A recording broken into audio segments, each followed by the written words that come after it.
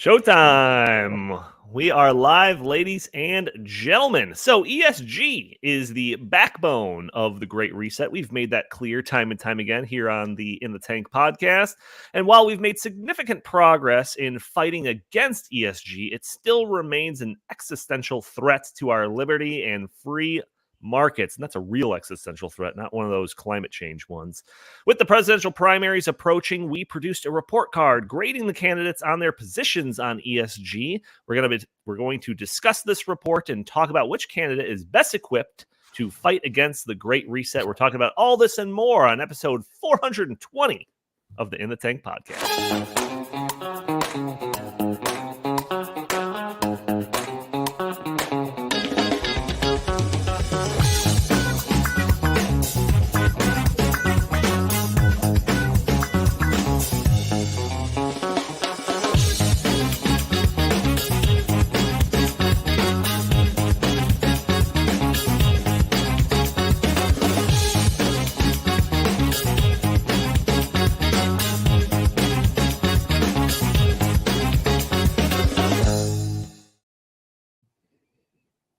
Booyah! Welcome to the In the Tank podcast. As always, I'm your host, Donald Kendal.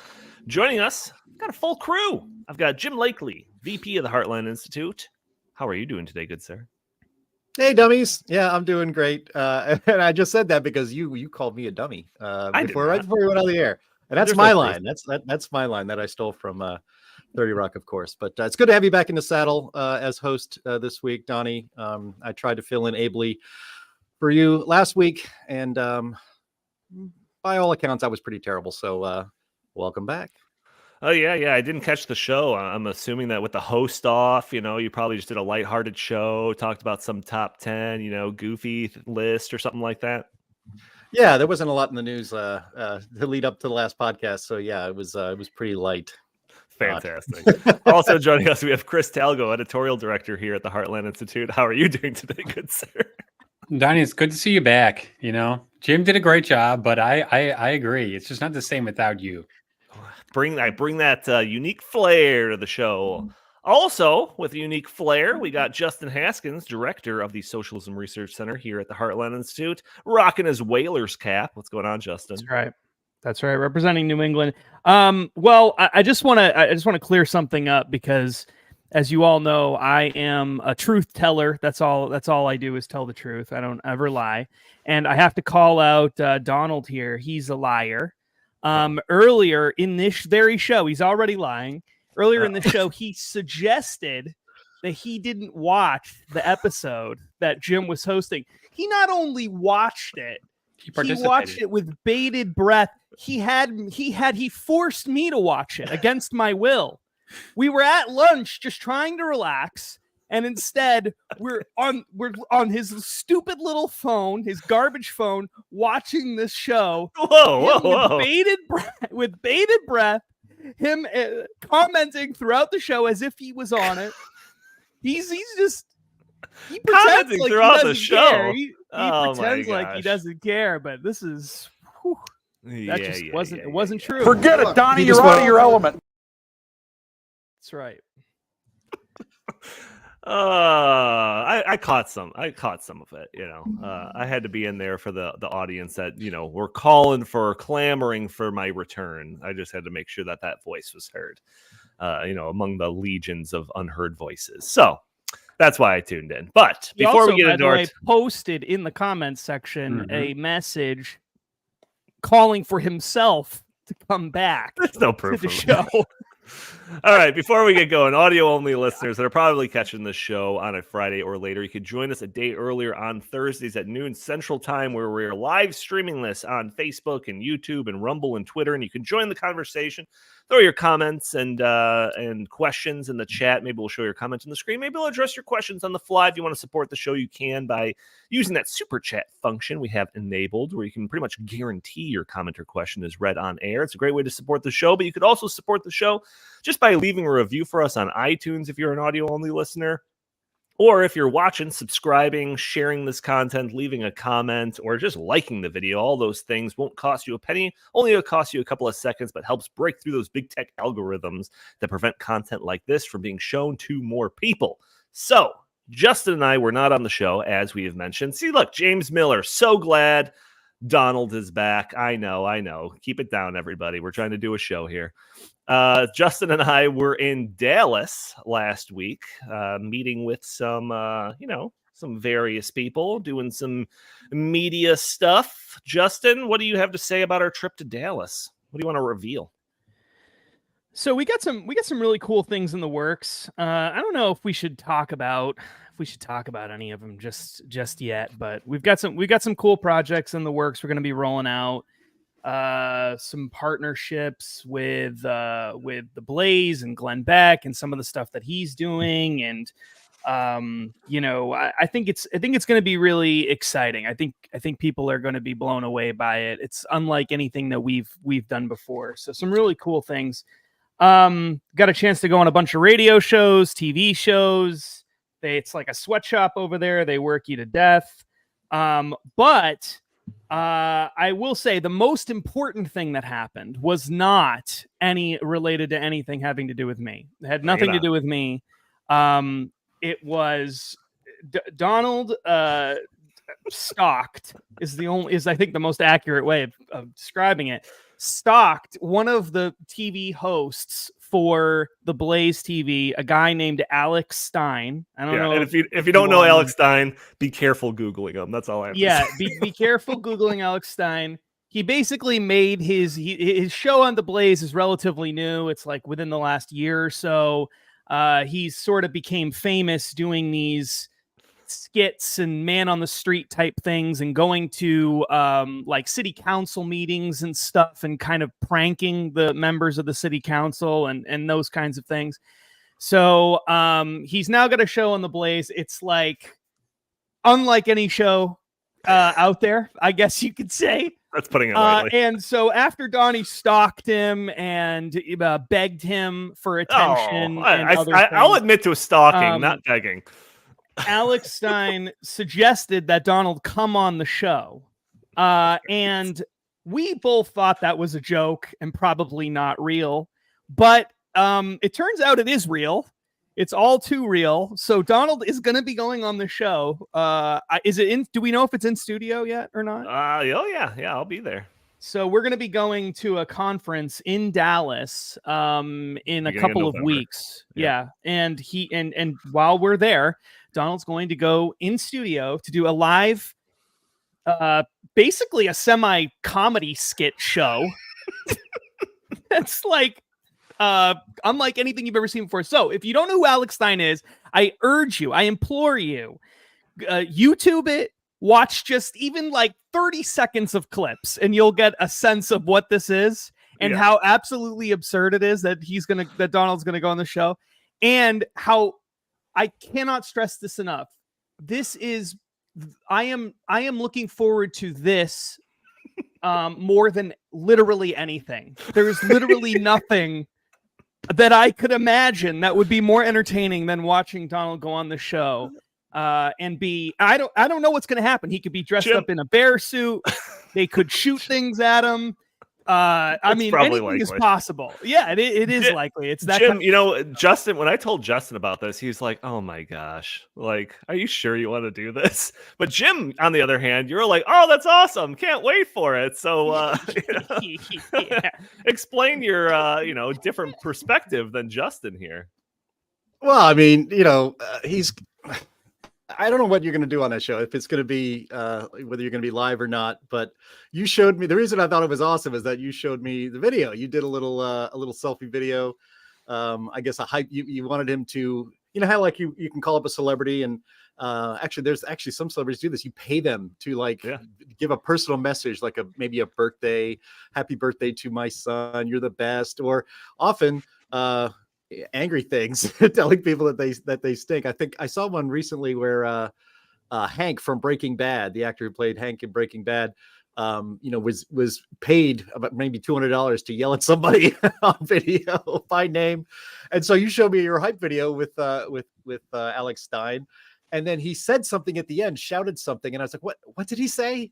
What did he say? He goes, "Pimp on a blimp. Pimp on a blimp." That's kind of his, I guess maybe one of his catchphrases. So last night I decided to prepare the world for your appearance on Alex Stein by making a little graphic art. In fact, Alex Stein and Donald Kendal with his finger guns, they're going to be traveling the world. I can change that background. In fact, you know what? If you pay us $100, I will put the background of your choice, Donnie, in that thing and send it to you so you can frame it and put it in your house in a handsome place in your house. Fantastic. Yep. Well, I'm looking forward to it. I think it's going to be a lot of fun. I'm a big fan of the guy. What can I say? And I'm that's all I can say. Looking forward to it. Don't know what to expect. I'm not going to do any prep. I'm just going to walk into it and just go along for the ride. That's my There's no preparing for what that. I don't know what pimp on a blimp means, but I'm curious. I think Christine looked it up. I think she looked up some clips based on her reaction there. Yeah. All right. Well, we got a lot to talk about, so let's put this aside. We can talk about the after. In the episode I come back after the show, we can talk about it. So. We're not going to talk about it. We're going to play clips of it for sure. We'll break it down. We'll react to it. That's what we should do. We should have a live reaction episode for it. All right. Anyways, let's get to it. We got a lot to talk about. So, like I mentioned at the forefront of the podcast here, ESG is the backbone of the Great Reset. This is all about changing the global economic system to a stakeholder model or a stakeholder capitalism system where ESG, the social credit score for corporations, is paramount. It is more important than the other metrics that we have judged corporations by, companies by, private actions by for hundreds of years. Now it's going to be replaced by this social credit score called ESG. So it's like I said, backbone of the Great Reset. It's an incredibly important thing. Justin and I and Chris and others in the Socialism Research Center and Heartland in general, and others just kind of in the field itself, have dedicated years to fighting against this, and we have seen some success. I've mentioned this before. We've seen waves of legislation at the state level across the country. A number of states have taken action. We've seen the idea of ESG kind of permeate the conservative lexicon when it comes to just like topics that are important and we should worry about. So that is a very important achievement that we've achieved. Larry Fink and others have kind of shied away from ESG ever since the profile's been raised. Larry Fink basically saying that ESG is kind of a tarnished term and maybe we should kind of go away from it. Other people have dropped out of these little organizations that are there specifically to promote ESG. So we've seen a lot of action on it. But I have to warn everybody that this issue is far from dead. It is not even close to dead. Basically, a lot of those things, especially the Larry Fink one and some of the other stuff that we've covered, is just like PR positioning.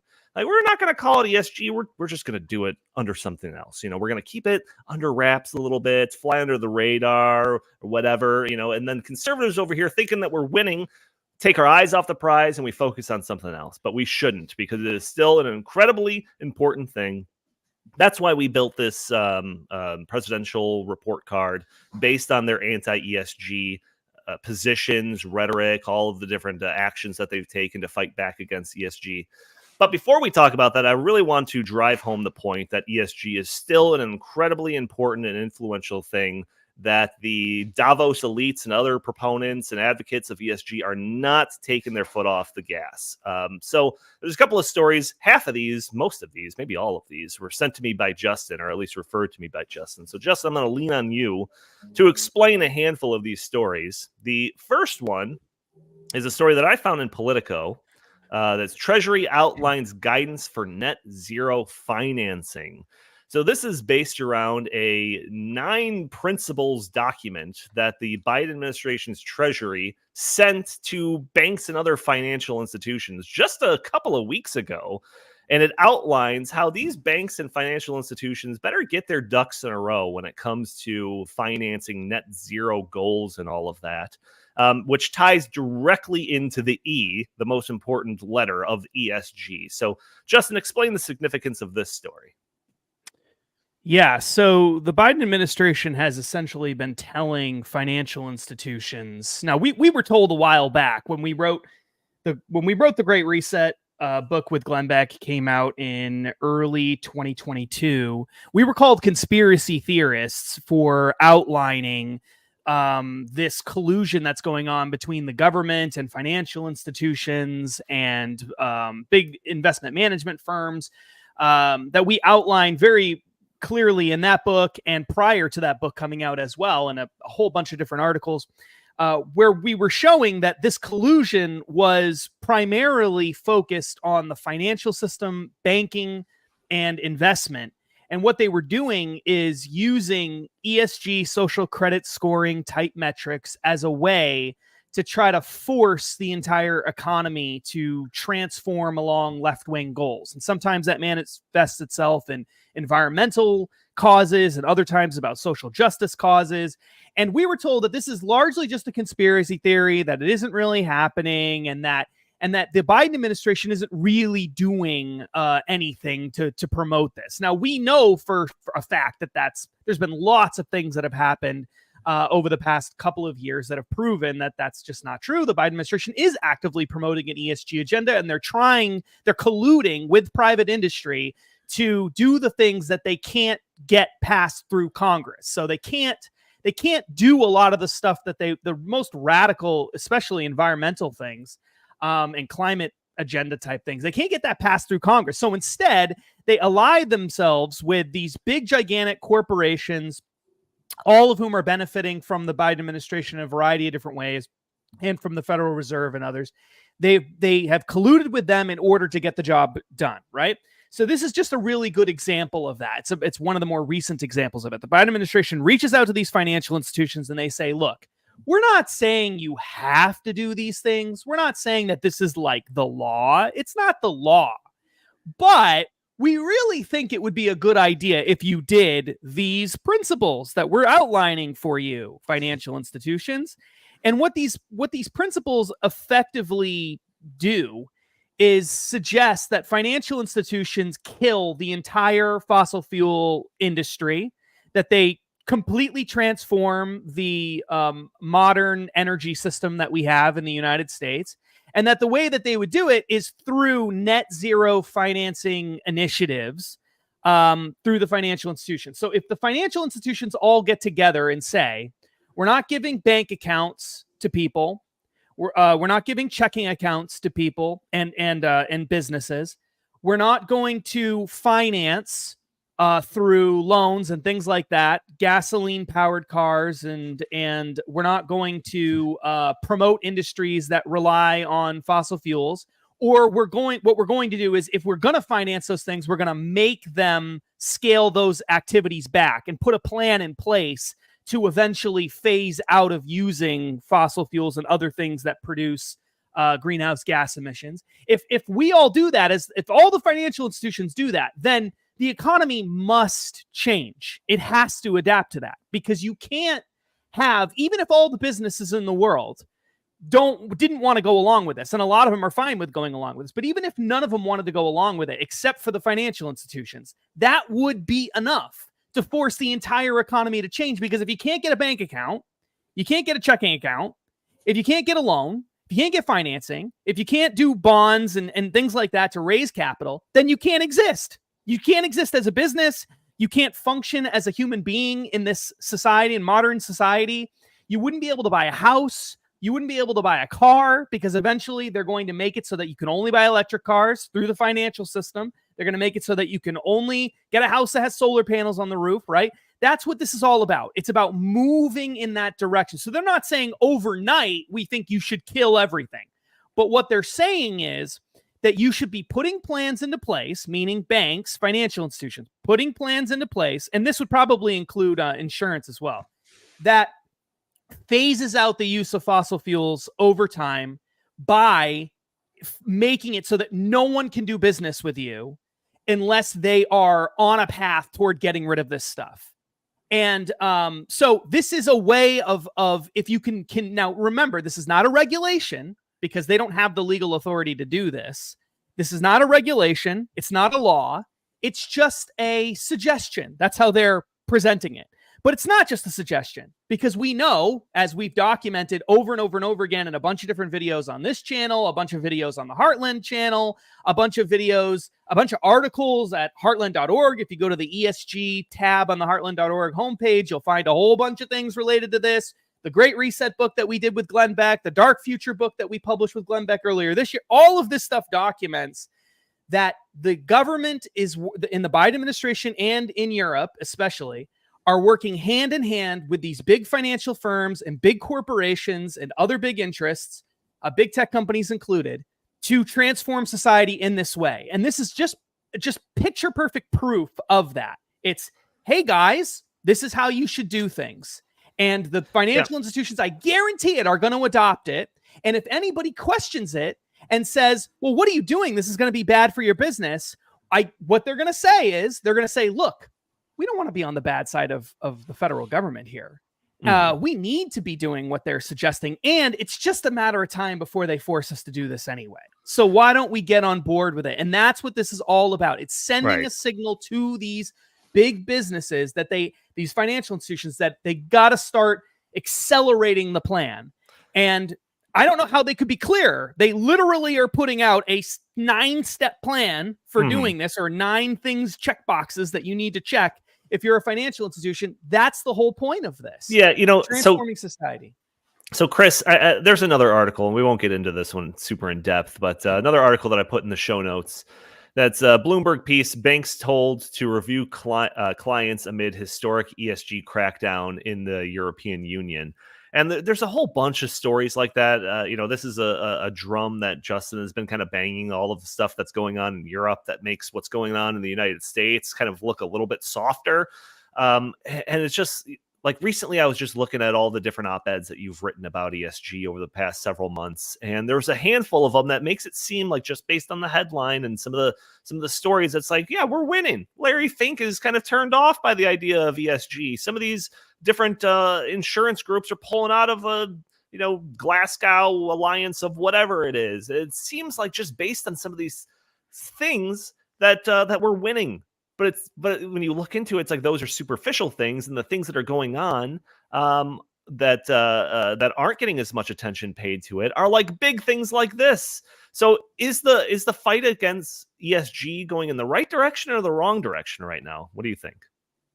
I don't have a simple answer to that, because first of all, I think this fight, goes way back before ESG, came into the mainstream. This has been happening since, the 1970s with the whole sustainable movement. ESG, I think, is just the latest iteration of it. And I think that we would be mistaken if we were to say, well, look, Larry Fink no longer is using ESG, therefore we won the battle, because here's what's going to happen. All they're going to do is just change to a different, like line or, catchphrase. And what scares me is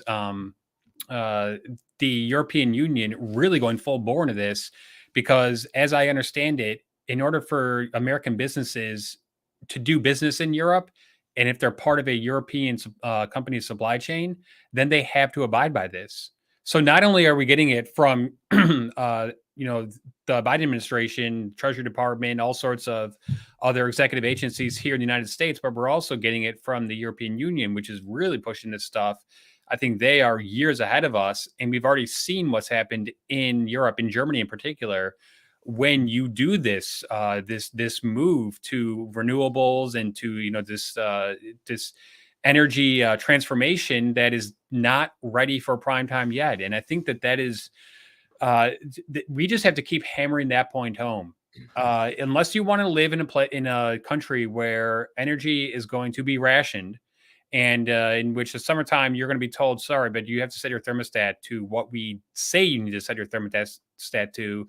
And you have, just like Justin said, you have to buy the kind of car we are going to tell you to buy, the kind of air conditioner you can have, the kind of gas stove, blah, blah, blah, on and on and on. I mean, it's just, the list keeps growing and growing and growing. I'm worried because I don't see a pushback at the organic level yet. But also, Donnie, I shared with you a story that, according to a very recent poll, I think it was a week ago, only like less than 20% of the American people even have a clue of what ESG is. So I think that it still is being used by the media and by these institutions as, oh, this is a great thing. We care about the environment. Oh, we care about diversity. Oh, we care about making sure that our boardrooms are not a bunch of old white men, in the boys club anymore. So like on its face, I think that the American people might say, oh, that sounds good. However, when they are forced to understand, okay, well, if we do this and this is how it's going to impact your life, inflation is going to get worse. You're not going to be able to drive the kind of car you want, and your living standards are going to, decline. I really hope that is actually going to resonate with them. We haven't gotten to that point yet. And this goes back to what I said, I think a couple of weeks ago when we were on with Elena about the pain pleasure principle. People still, I think, derive more pleasure from virtue signaling and supporting these things, even though they might not be supporting them, fully throated, than the pain that they're going to receive in terms of, oh no, why am I now not allowed to drive the kind of car I want, or, set my temperature the way I want, or why, do I have to get the kind of air conditioning unit that the administration says. So I think until we get, to that threshold, I think that this is still just, it hasn't hit home yet for most Americans.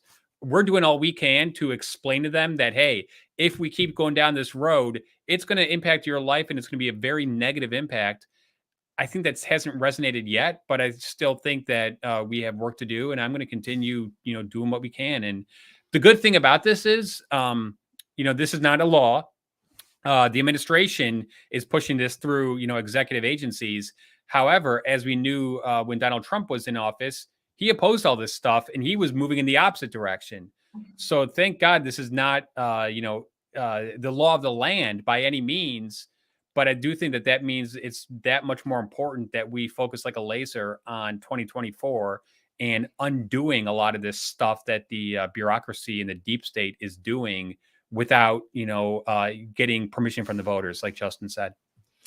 Yeah, Jim, there's another article in the show notes that, again, I don't think we're going to dive too deep into. This is 1792 exchange, and they've got an analysis of the different proxy voting that goes on with the state pension funds. And this chart shows that, all of these like pension funds, whether it's in a blue state or a red state, the proxy voting that goes on behalf of the shares owned by these funds, like one of them, it's like Alabama, like 50% of the votes go pro ESG thing, so it's like even states that are taking action against ESG, it's like your own taxpayer money is going in favor of this to the tune of 50% sometimes.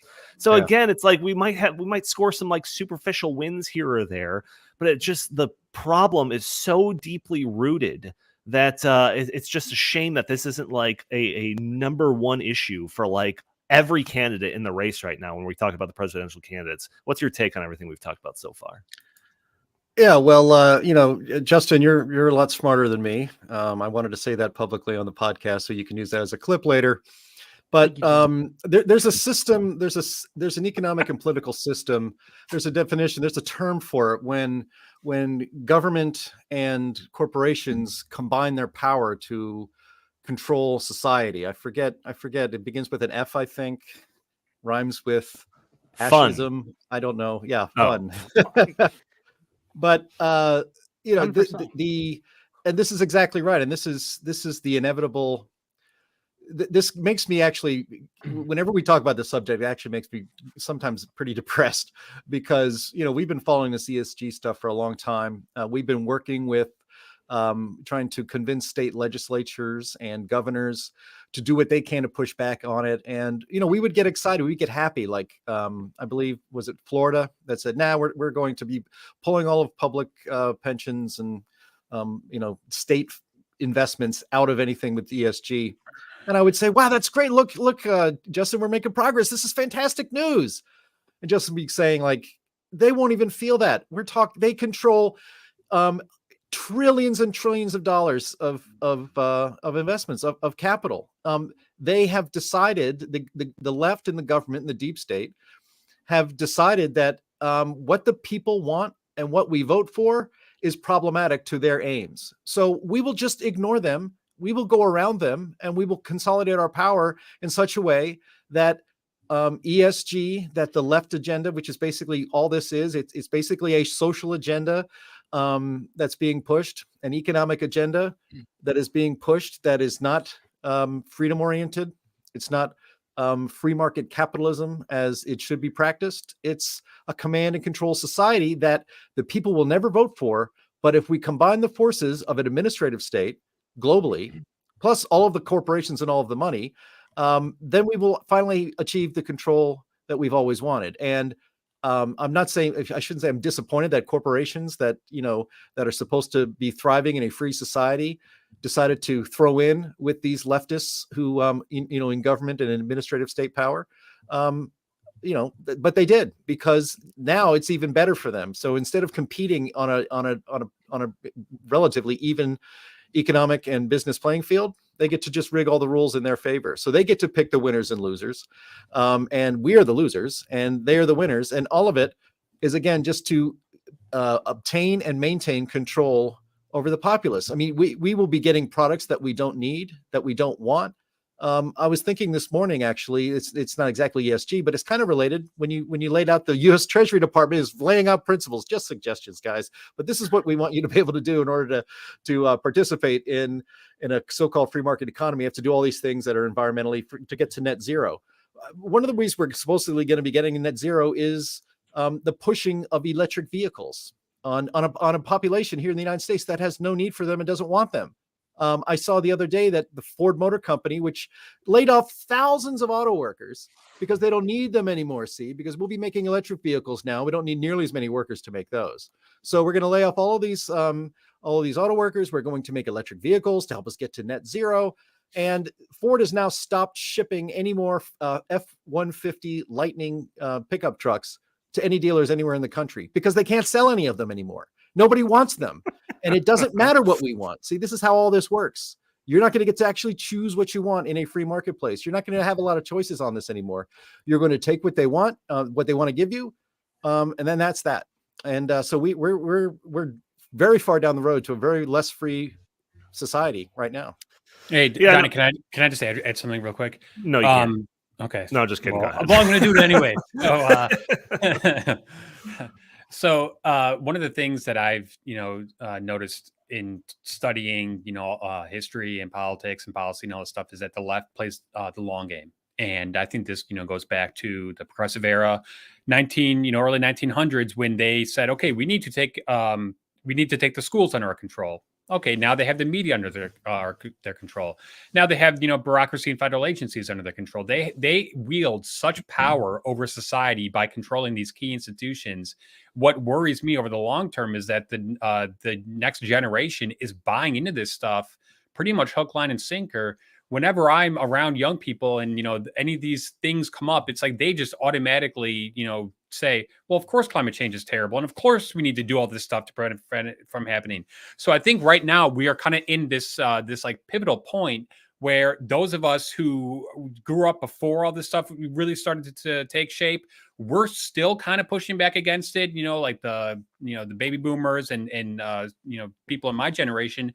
However, it really does worry me because people who are in grade school, high school, and college, now and in the past, few years have just been indoctrinated and brainwashed into this stuff. And just to bring it to a completely different topic, look what's going on right now on college campuses pertaining to the events in the Mideast.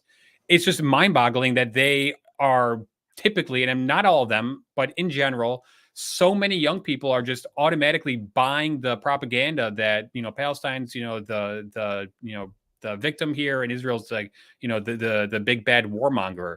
So if they're able to buy that kind of nonsense and that garbage, it makes sense to me that they're able to buy the garbage spewed by DEI, CRT, all the climate change is an existential threat crap, and because they are buying that.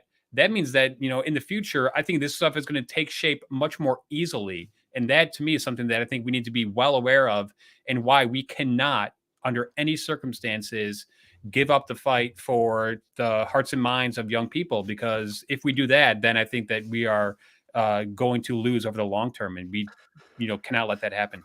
Yeah, I mean the message is very clear. I've heard that people's eyes glaze over when you refer to something as just some series of letters like ESG or something like that. But I mean, what you have to understand is ESG at best is the biggest cronyist system ever devised by man, and at worst, an end around to have a collectivized command economy ruled by like the elites and all of that.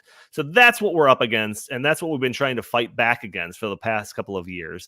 And our latest report in that effort is, like I said, what I mentioned at the beginning of the show, is a presidential report card grading all of the candidates that have thrown their hat into the ring based on their stances and positions and rhetoric and actions when it comes to fighting back against ESG. So, Justin, you and I kind of came up with this idea during a phone call months ago, and we thought, like, this is a great idea. Let's run with this. So we worked on it for a few months, laid it out, got it out there, just released this last week. So anything you have to say kind of right off the bat before we just start going through the candidates and explaining the grades that they were all given?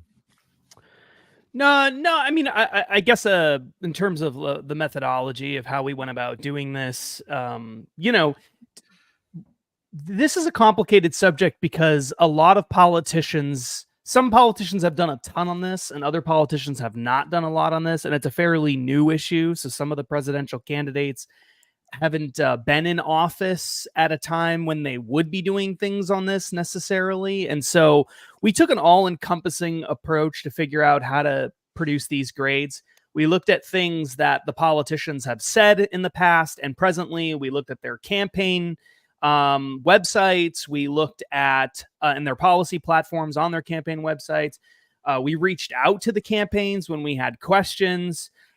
We looked at their voting records. So we tried to take the fairest approach possible. And because I know there's going to be people that assume this, and there already have been, and they're going to make this accusation, we did not in any way, this was not about playing favorites at all. Nor are these grades meant to be a grade about the candidate in total, right? Like, this isn't saying this candidate is an A+ candidate generally. What we're specifically focused on one thing, and that one thing is the ESG, and stopping ESG, and how good the candidate's going to be in that one area. So we're just looking at the policies. Yeah. We're not telling people who to vote for or not, or anything like that. I want to reiterate that point because we posted these all over social media, and there was all these people who are like, so and so gets a what grade? Like, no, that's crazy. It's just like, this is just an anti-ESG. It's just looking at this one sliver. While I say it's a very important piece of the puzzle for them, it's not all of the puzzle for them. And also, these grades don't necessarily reflect some sort of endorsement by any of us or the Heartland Institute or whatever. So call off the lawyers, Jim. This is just a report that we put together based on those metrics that Justin. Yeah, it's an evaluation of their ESG or anti-ESG policies or the lack thereof, and that's all this is about. All right. So let's start going through it here. So let's just tackle the first one. Scroll down a little bit there, Andy. See, nope, keep going. There we go. Ron DeSantis is at the top of our list. Well, should we start at the top or should we start at the bottom? What do you think, Jim? Bottom. All right, go all the way to the bottom. That's more fun. That's more fun anyway. So, setting the bar. Who would have guessed? Mr. Joe Biden, the big guy himself, gets an F. Lowest grade that we've given. Absolutely nothing positive to attribute it to this guy when it comes to fighting back against ESG. In fact, there's only negatives. He undid all the rules established by the Trump administration when in the waning days of that administration. He directed the SEC and the OCC and the Department of Labor to facilitate ESG objectives. He established the Made in America office, which says the anagram of that or whatever is Mao.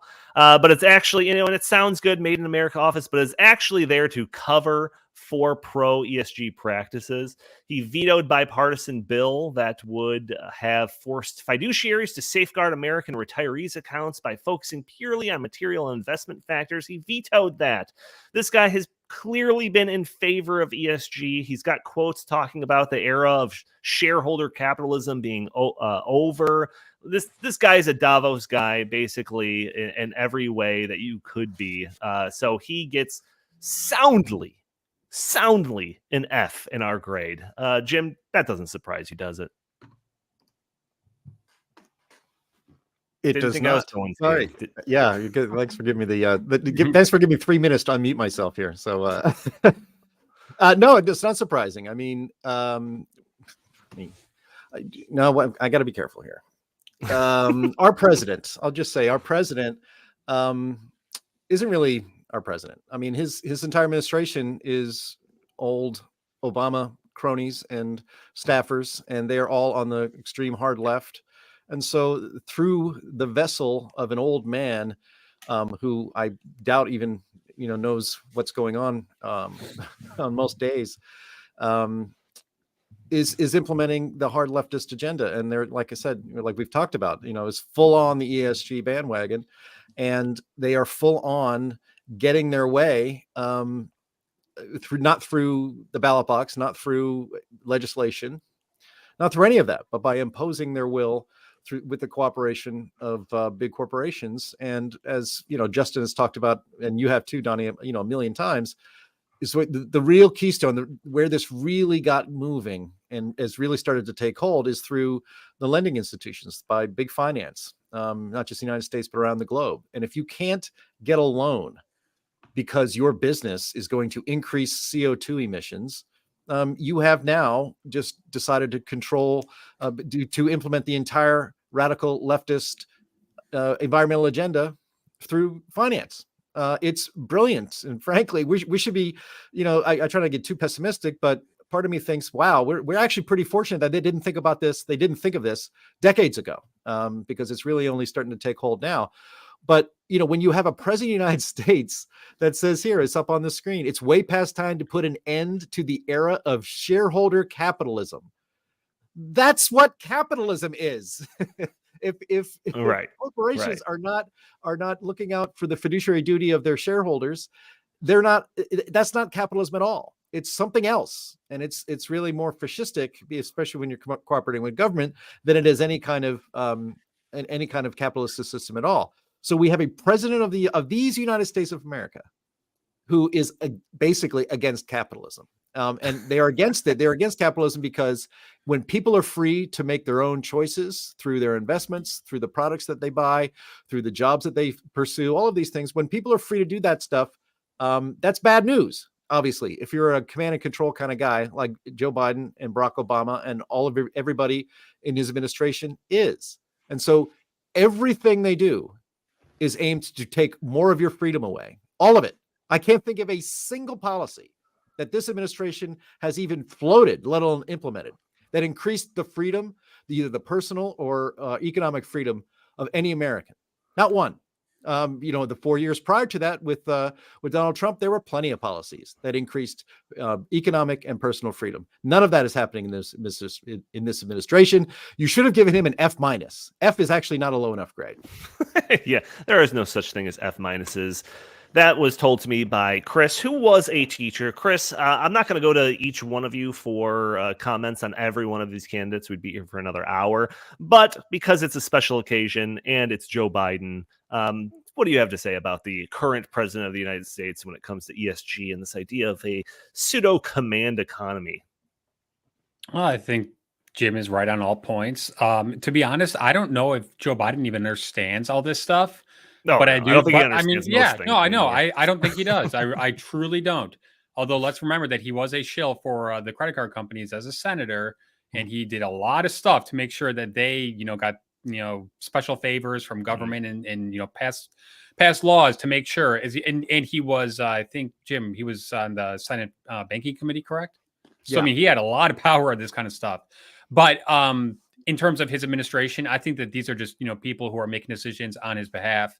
And I don't think Joe Biden necessarily understands any of this stuff, but he has people, who are making decisions that are absolutely making the problem worse, not better. Mm-hmm. Yep. All right. So Joe Biden, you get an F. Put that in there because we wanted that nice red color in there. We were thinking about just doing Republicans, but we wanted to set the bottom of the bar as well. So F for Joe Biden. F Joe Biden. Oh wait, no, sorry. All right. So now let's move up the ladder a little bit here. Coming in 10th place in our list is the good old Robert F. Kennedy Jr. So RFK Jr., he spent a substantial bit of his career dedicated to attacking the fossil fuel industry and climate deniers. He's criticized the corporate actions when it comes to climate change. He's had some good quotes criticizing the current state of the climate change debate. And he's also, had said some nice things when it comes to other topics that don't relate to this at all. But I think people have to realize that this guy is, generally speaking, not on our side when it comes to this issue. So he's supported solutions that have tinges of ESG. You can go on his website and see some of this stuff. This includes using the government to push for clean energy resources, regenerative agriculture, a whole bunch of stuff that's kind of tangential to ESG. So because of this, he is squarely in the D column. So Chris, I'll give either of you the option to talk about this guy, because this one, I feel like I have friends and colleagues that are like unusually interested in supporting this guy just because he says a couple of things on a couple of issues that are good. So Jim, Chris, any of you have kind of strong feelings about Robert F. Kennedy Jr.? Sorry that I say it like Elaine Bennis from Seinfeld too. Go ahead. Yeah, that's right. Well, look, we've all heard or seen, conservative and libertarian leaning friends, looking over at RFK Jr. and kind of being interested because they said, wow, he's saying some interesting things. He was against COVID lockdowns. He's against forced vaccinations. He's against all of that stuff. And for a freedom loving person, that's pretty darn good news, because almost nobody connected or close to government says any of those things publicly. Certainly not anybody who is, frankly, a registered Democrat. So he does stand out in that way. But he is a man who would put you, me, Justin, and Chris in jail for climate crimes. I'm pretty certain of that. And the idea that he's some sort of free market libertarian is just not true. He is, I suppose, outside of vaccines and COVID policy, he's probably about as doctrinaire in controlling our lives as anybody else would be. And one last thing, actually, I think I saw it was yesterday or the day before, sometime very recently, RFK Jr. came out in favor of reparations, racial reparations. And so I would think that would be the last straw for anybody on the right thinking that they might support a RFK Jr. independent run or anything like that. So he certainly earned his D. He certainly earned his D. Yeah, it's not as bad as Joe Biden, again, setting the bar at the bottom, but not great. All right, let's move up. So that actually that takes care of any of the Democrats that we put in this list. We were thinking about putting, what was that one guy that's running as an independent, Chris? What's his name? Cornel West. Yeah, we were thinking about putting him in there, but I don't think there was much to find in terms of ESG, so we didn't put him in the list. So rounding out the bottom of our Republican side of the list is good old Governor Chris Christie. So he gets a C-. So there is very little to find on Chris Christie on this topic. When I did the first round of research for this project, I found nothing. I couldn't find anything. It was one, I think Jack was doing some research, and he found some quotes of Chris Christie criticizing ESG. But Chris Christie has a very, if I wanted to be more than fair, I guess I would say spotty record when it comes to environmental stuff. I mean, he has done certain things that are pretty good, and he supported increased domestic oil production. But on other occasions, he has sounded his support for climate action based on a 97% justification, all of that type of stuff. He even announced a moratorium on new coal plant permits in New Jersey. So his record is pretty spotty, and there's just very little out there of him even like noting the existence of ESG. So for those reasons, C- C for Chris Christie. Chris, do you have anything to say about this former governor of New Jersey? Well, Just simply because he accepts the narrative, the false narrative that climate change is an existential crisis, and we need to invest in so-called green energy as a solution to that, means that he buys into that. And since he buys into that, that means that he's then going to take policies and push them that are going to solve that non-existent problem. So for me, one of the just the total like baseline measures is, does this person actually buy into the lie that is climate change, or are they actually a free thinker and a rational person who uses evidence to make sound judgments? And unfortunately, as we're going to see, Chris Christie is not the only Republican who buys into this. Right. And at the last presidential debate, I think it was the last one, it might have been the one before, one of the questions was it was framed as climate change is happening, and therefore what will you do to stop it? Unfortunately, many of the Republican candidates just took that as a factual premise. Only a few of them, ones that we graded higher, who we'll discuss later, actually pushed back and said, wait a second, there is no climate change, existential crisis. Therefore, all these things that you're pushing, especially under the E, are going to be counterproductive, are going to, make the economy worse. It's wealth redistribution, cronyism. I mean, blah, blah, blah, blah, blah. So the fact that Chris Christie buys into this makes me think, okay, this guy's just, he's hopeless.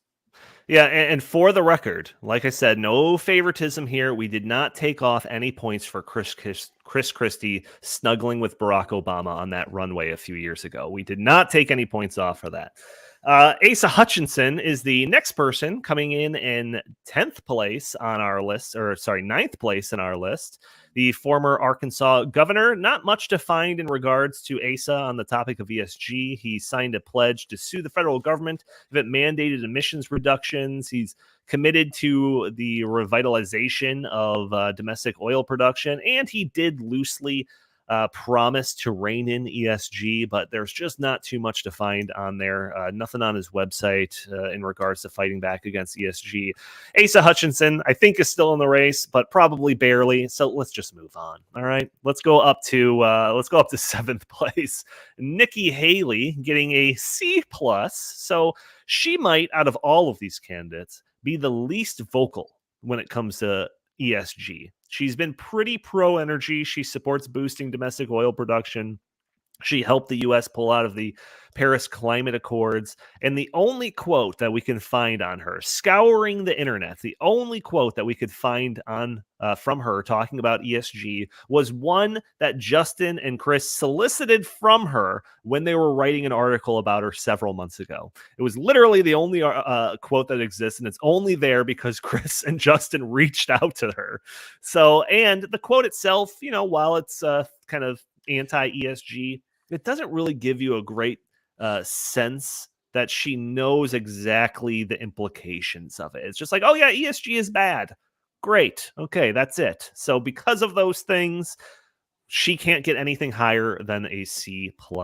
Jim, Nikki Haley. I think it's a little unfair. I mean, if you look at her policies, just because she doesn't say a lot about ESG, it doesn't mean that she should get it. I mean, I think at worst, she would get a B, right? I mean, she says, let's call ESG what it is. Corporate socialism. Corporate socialism. That's true. And is that not a more clear statement than maybe guys that are candidates that are up higher in this report card? I mean, some of you can go and check our science machine that we ran all the data through. Right. But, I know. Look, I would, if Nikki Haley was president of the United States, she's about as globalist as they come, I would imagine. I don't see her as somebody. I mean, corporate socialism strongly, who would stand strong for free market capitalism and against the controls and against. I frankly don't. I wouldn't trust her on climate, to be honest. And Jim, and that's one of the main reasons why we did this, because she is squishy and she has a spotty track record on climate. And I think at the first I think it was the first president or the GOP debates, when the topic of climate change brought up, she did say, well, it is a problem and it needs solutions. So the fact that she is even, acknowledging that it's a problem and that, CO2 emissions are a problem, which we know is just completely false, that means that she's open to some of the pseudo solutions, which means that in my mind, she is going to definitely drop in terms of her grade. She says the right things. I think she says the right things to the right audience, but then, when she's in more of a left audience, like I've seen her on MSNBC and CNN and stuff, and when they push her on the climate change stuff, she does say, of course it's a problem. Of course man-made climate change. So also, like I've never heard anybody that's like really deep in the anti-ESG movement refer to ESG as corporate socialism. Like I've heard other things being referred to as corporate socialism, whether it's like, like corporate welfare or all these subsidies or bailouts and all of that stuff, but that's not exactly what ESG is. So like that's one of the things, and I'll kind of show like throughout the rest of the rankings that is something that we did judge candidates on. It's like, do you understand what ESG is? And that quote didn't ring to me like she fully understood. It's bad. I get it. So I'm going to say other things that are bad, but I don't really get the sense that she fully understands what it is. I've changed my mind. She actually deserves a lower grade, C-, because she is among the a stable of Republicans or supposedly people on the right who do think that climate change is a huge problem and that humans can solve it, and that the way to solve it is through manipulating the market. We'll find market solutions to climate change. That's all of that is garbage, and anybody who holds to that is dangerous, to be honest. So, all right, let's get to the most important person in the entire race. Doug Burgum getting a B-. He signed on to a policy statement with 18 other Republican governors committing to using the power of their office to fight ESG. He approved legislation that restricts using state funds to advance ESG objectives. However, he was dinged on being generally quiet about ESG. He signed legislation to provide tax incentives to reduce emissions for hydrocarbon companies. He also stated goals to make his state carbon neutral by 2030. So considering those things, I don't think he could have gotten much higher than a B-. But Doug Burgum, again, I think he's going to get knocked out of the race soon by playing some more pickup basketball with his team. So let's move on from him. No further comment necessary. He'll make a wonderful energy secretary one day. Sure. All right. So this might be one of the more surprising rankings on our list, and that is Vivek Ramaswamy. Only pulling a B on our presidential scorecard for anti-ESG. And that should be surprising to some because Vivek Ramaswamy made a name for himself in the early phases of this campaign by basically being Mr. Anti-ESG. He started an anti-ESG asset management company. He's written books about the problems associated with ESG. He's even prioritized fighting ESG for his campaign. However, why we dinged him on this is because he hasn't achieved much in the fight against ESG. And now obviously he's not in government. So like, what exactly can he do? But he also has been very quiet, very, very quiet about a stance on stopping financial institutions and insurance companies from using ESG in their decision-making. When it comes to the idea of fair access, I have not seen a word about that solution from this gentleman. And then the other thing that, you have to kind of think about is, yes, he has, built a anti-ESG management company. But, if you think about it, that company kind of loses its uniqueness if ESG doesn't exist. So, there might be a little bit of, what's the term? Mixed motives. Yeah, I don't know. So that's why, for those reasons that I stated, Vivek only gets a B. He does not reach the A tier of this list. Now, Chris, you were in all the meetings when we were deciding all of these criterias and the rankings and all of that stuff, and we probably spent more time talking about Vivek Ramaswamy than maybe anyone else on this list. So what do you have to say, especially being somebody that's read his books and is probably more familiar with any of his content than most people? What do you have to say about Vivek? Well, I think one of the things that we kept in mind was he is writing books as this is becoming an issue that is, gaining traction. However, he also has a monetary incentive to benefit from this. And those two things to me are a little bit of a conflict that make me hesitant to wonder, Conflict of interest. That's right. yeah, is he saying this, because he genuinely means it, or is he saying this because he has a mutual fund, Strive, which benefits from, companies that engage in fossil fuel production? So, I mean, I don't want to call into question his motives, but I think actions do speak louder than words. Writing a book is great, but he does not have a track record that we can look back on and say, look, he did A, B, and C, which we can say for the candidates who earned higher grades. That is right. All right, Jim, unless you have something to say about Mr. Ramaswamy here. No, I would just, and it's going to lead into the others that we're going to show on here, but we show here in the report card that you can get by going over to heartland.org/ESG, that the gold standard here are policies designed to stop ESG financial discrimination. And as you say, Vivek is not really super strong on that. At least there's no evidence of it. Exactly. But others are. That's right. And also, one other thing to say is that we reached out to all of these campaigns and gave them a chance to kind of fill us in with anything else that we may have missed. We showed them a rough draft of the grades and the reports that we were going to put out there, and gave them a chance to respond. So, all of these people had a chance to weigh in and maybe bump up their grade if it was unfairly too low. So just want to point that out too. Or if they would have sent me a envelope of cash, because that might have made their scores jump a little bit. That's jokes, everybody. Tim Scott is fourth from the top here. Tim Scott getting an A-. He participated in multiple anti-ESG bills at the federal level. One bill would have codified fair access at a federal level. He sent a letter to the Department of Labor protesting its pro-ESG rule, sent a letter to the Department of the Treasury and the SEC rebuking their pro-ESG policies. We dinged him on, haven't talked about the issue much in his campaign, and he's done some stuff, but has had very little success. This is one of the candidates that if you look on their website, you don't see anything in regards to ESG under the policy positions or anything like that. However, because of the kind of the federal level and his advancing of these bills and the support of these bills, we thought it fair to put him in the A column, but with a little minus sign at the end of it. Not very high in the polls, so let's move on in sake of time and go to our top three. So Donald Trump, while he is below, if you were to actually look at how this thing is laid out, he is below Mike Pence.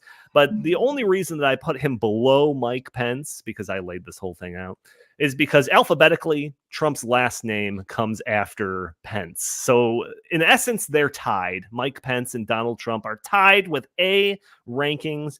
So I want to talk about Donald Trump. He's great when it comes to anti-ESG rhetoric.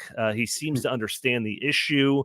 The Department of Labor rule and the OCC rule that he put into place in the kind of the waning months of his administration. He has stated plans to scrap ESG once he wins the White House again. And the only thing that we dinged him on when it comes to this is, I guess there was a couple of small things. One is that he doesn't seem to prioritize ESG as much as others. Now, granted, he's got a lot of other things on his plate when it comes to his kind of priorities of his ascension to the presidency again. And the only other thing was, that there probably could have been a little bit more of a concerted effort, maybe a legislative effort when he held the White House to do something about ESG. And it was just kind of those executive rules that were kind of put into place that were easily just tossed aside by the next administration, that maybe we could have done a little bit more there on ESG. But A is a very respectable score. And Justin just popped in, but I'm going to also mention Mike Pence getting an A. We gave him some partial credit for some of the achievements of the Trump administration since he was the vice president during all of that. But also what kind of surprised me with Mike Pence is that he authored a very, very good Wall Street Journal article that accurately outlined the threat of ESG. And I compare this to, the time that I spent talking about Nikki Haley, where if you read this Wall Street Journal article, it's like, okay, Mike Pence understands this issue. So when a candidate expresses that they understand the issue and see how big of a threat it is, that does really well for them in the rankings. So, Justin, you missed our conversation for the bottom portion of this this list here, but Donald Trump, Mike Pence, both getting an A. Any comments on those two gentlemen? Yeah, I mean, the only thing, I think you covered it pretty well. I think, the reason Mike Pence, I think Mike Pence has been more vocal about it. Donald Trump really hasn't spent much time talking about it. And that, I think, kind of offset the fact that Donald Trump was actually president when the administration put things into place, but really doesn't talk a lot about ESG, unfortunately. So I think those two things kind of offset, and that's why they're both in that range. So that's right. Jim, Chris, anything that you want to say about either of these two gentlemen? These were the ones that were kind of the lightning rods when I was posting all these things all over social media. Mike Pence, how could he get an A? Oh, this is unbelievable. Donald Trump, he's getting attacked by the deep state. He needs an A+++++. And it's just like, all right, again, we're talking about ESG here. We're talking about a very specific thing here, but anything you want to say before we get to our number one on the list? Let's go to number one. Let's do it. All right, number one, setting the bar, top of our list. Number one in our rankings, Ron DeSantis gets an A+. So he is extensive and personally involved in the anti-ESG work that was going on in Florida. Restrictions on the ESG in regards to government contracts, pensions, and other funds. The legislation that was passed in Florida also included fair access, prohibiting financial institutions from considering many non-financial criteria when making decisions on loans and other financial things. And to that point that I talked about with Mike Pence and not with Nikki Haley, is that Ron DeSantis's messaging is on point when it comes to ESG. If you watch the press conference when he was like rolling out or introducing the anti-ESG legislation, he seems to understand the true insidious nature of this social credit system for corporations. I mean, he like mentions Klaus Schwab. He talks about the Davos elites. Like, he talks about how this is an end around to the legislative process. Like, he understands it. Like, he gets what ESG is. The only ding that we gave him is the legislation in Florida didn't include fair access requirements to insurance companies. And now we're not entirely sure if that's just like an oversight or what, or if there's any like kind of reasoning behind that. But that was like basically the only thing that we can ding him on. And we didn't even think that that was enough to justify lowering it below an A+. But Justin, I'll go to you again, because you missed out on some of the more fun conversations with the people south on this list. But those are the better ones for sure. Any comments on Ron DeSantis getting an A+? I think there hasn't been anybody better on the issue than Ron DeSantis. That's just what it comes down to. And really, the whole government in Florida, I mean, the head of the Senate there, the head of the House of Representatives, a guy named Paul Renner, the various people in the executive branch in the DeSantis administration, everybody from the state AG and state treasurer down on through the ranks, like everybody's on the same page. And my guess is, because having seen this battle play out in many, many states, and it rarely, even in deep red states, do you see everybody on the same page. And so you have to believe that in Florida, it's probably because it comes from the top. It comes from Ron DeSantis. Ron DeSantis is a force in Florida politics. He's the most important person in Florida by far. That's not always true, by the way, in a lot of states. Sometimes the governor is not the most powerful political figure in a state, but it is in this case, without a doubt. And I think he just got everybody in the room at some point and said, look, this is a priority, and we're going to make it a priority, and everyone's going to go along with it. And I think that's why you see everyone going along with it. And so for him to do this and to get other governors on board, that 18 state alliance that he's built with governors across the country, most of those red states, like, he's just done so much on this issue that if he were president, I really think the ESG problem, other than the European aspect of it, which we really haven't talked that much about on this episode, but we can, we've done that before in the past. other than the European ESG mandates and how that impacts things, the ESG problem in America, excluding that issue, would pretty much be solved if Ron DeSantis were president and we had a Republican led Congress and Senate. I think it would probably be solved, or at least that would be our best chance at solving it. So that's why I say that. Now, I'm not saying Donald Trump or somebody else wouldn't come in there. For all I know, Nikki Haley could be president and it would be the same thing. I don't know. But based on what we've seen so far, based on the way they've talked about it, based on the policies, based on the priorities that people have, I just think Ron DeSantis deserves the A+. There's just no doubt about it in my mind. I think another reason why Ron DeSantis, got the highest grade is because he leans into the social aspect of this. I think a lot of the other candidates are afraid to touch the social aspect of this, but Ron DeSantis is, brave, he's courageous, and he goes in and tells it like it is, whether it's, the transgender stuff or, Disney and some of the, terrible things that they're doing. I think that is something that he is uniquely, able to do. And I think a lot of the other candidates are afraid to step into that arena. Yeah, I mean, I think Justin nails it. I mean, Ron DeSantis isn't just right. Not only does he have the right policies, he understands this issue backwards and forwards like no other person running for president. And that's so important, because if you don't understand what you are fighting, you will not be effective at it. And Ron DeSantis obviously has proven to be effective at it. Yeah, there's times, and Justin can attest to this. There's times where we've seen Ron DeSantis quotes and statements put out by him where we're like, was he reading stuff that we've written? It's seriously he's tuned in to our podcast or something, repeating some of the same rhetoric and all of that when it comes to being anti-ESG. He definitely gets it, and I will say this, because we do deserve some credit for what happened in Florida with the legislation there. Heartland hosted a meeting of lawmakers back in 2022, I believe, in the summer in Dallas, if I remember right. And at the whole point of the conference was to bring state lawmakers in from all across the country to talk about ESG and what we can do about ESG.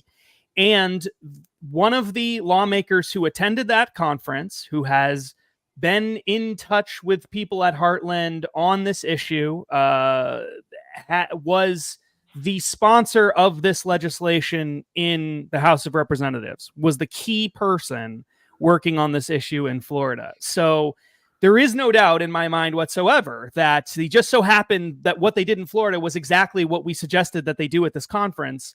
And the legislator who was the sponsor attended that conference where we were informing lawmakers about what we think is a really important issue. That's the impact that a really well-functioning think tank can have on these kinds of important issues. And frankly, it's also a really good it's a really good story about how a think tank that is nationally focused but on state issues is really important, because most of the think tanks are either only focused on what happens in Washington, D.C., or they're focused only on what happens in one particular state. But you don't have a lot of think tanks like Heartland that is focused on what's happening in states, in all the states everywhere nationally. And we're going to try to improve life through the states everywhere. That is exceedingly rare. There's very few places that will do that.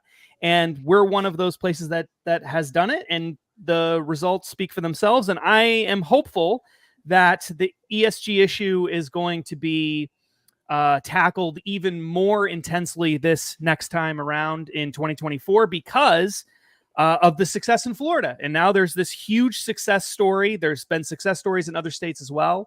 And I think that legislators, they like to build a momentum in other states to pass laws in their states. And I think we're going to see a lot of action on ESG going forward. And hopefully it becomes a national issue with the presidential campaigns. And then that will really spark things moving forward. So very exciting. I think 2024 is going to be the biggest year for ESG, 2024 and maybe 2025, depending on who's president, that we've seen so far. We have a real chance to actually win that war, which seemed inconceivable 3 years ago, 2 to 3 years ago. Absolutely. Inconceivable. Yeah, we've told that story where we just basically like brought to light this whole thing of ESG, but then we just sat there and be like, what are the solutions? Like, we don't know. But then we've seen this much success. It's been great. I'll tell you what, the solution is simple. Get Joe Biden out of the White House, get Ron DeSantis into the White House. Yeah, we achieved. When we were working on this. When we were working on this, this is what a think tank is for. This is what we do. You sit around and say, well, what's the answer? I don't know.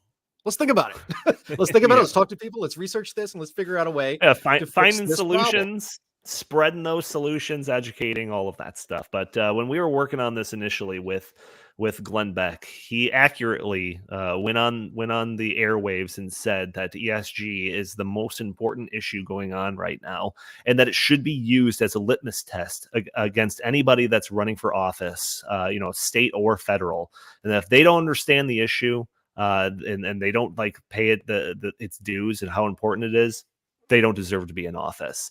So that is kind of the thing that inspired this whole idea of doing this report card. And it shows who, I mentioned that ESG is the backbone of the Great Reset. And this report card shows who would be best equipped to break that backbone of the Great Reset. So that's our episode. If anyone else got anything to say, we're already 15 minutes long. Anything you want to, any anecdotes, anything you want to get off your chest before we sign off for the week? Hearing nothing, I want to thank everybody in the chat for joining us. Thank you for supporting the show. If you are an audio-only listener catching the show on a Friday or later, leave a review for us on iTunes. It'd be greatly appreciated. And you could also join us a day earlier on Thursdays at noon Central Time, where we are live streaming on Facebook and YouTube and Rumble and Twitter. And you could join the conversation, throw your comments and questions in the chat. Maybe we'll show your comment on the screen. Maybe we'll address your questions on the fly. You could also use that super chat functionality to support the show that way, or you could help the show out by not spending a penny, but only spending a couple of seconds hitting that subscribe button, sharing this content, liking it, or just leaving a comment under the video. All helps break that big tech algorithm that prevents content like this from being shown to more people. If you would like, you can follow us on Twitter at InTheTankPod. If you have any comments, questions, or suggestions for the show, feel free to email us at inthetankpodcast@gmail.com. Jim Lakely, where can the fine people find you? At J Lakely on Twitter, at Heartland Inst on Twitter, and always visit heartland.org. Fantastic. Justin Haskins, same question. At Justin T. Haskins on Facebook and Twitter primarily, or X, whatever we're calling it. Perfect. And Chris Talgo, what do you have to pitch today? Heartland.org, stoppingsocialism.com. Man, a few words. All right. Thank you all for tuning in. We will talk to you next week.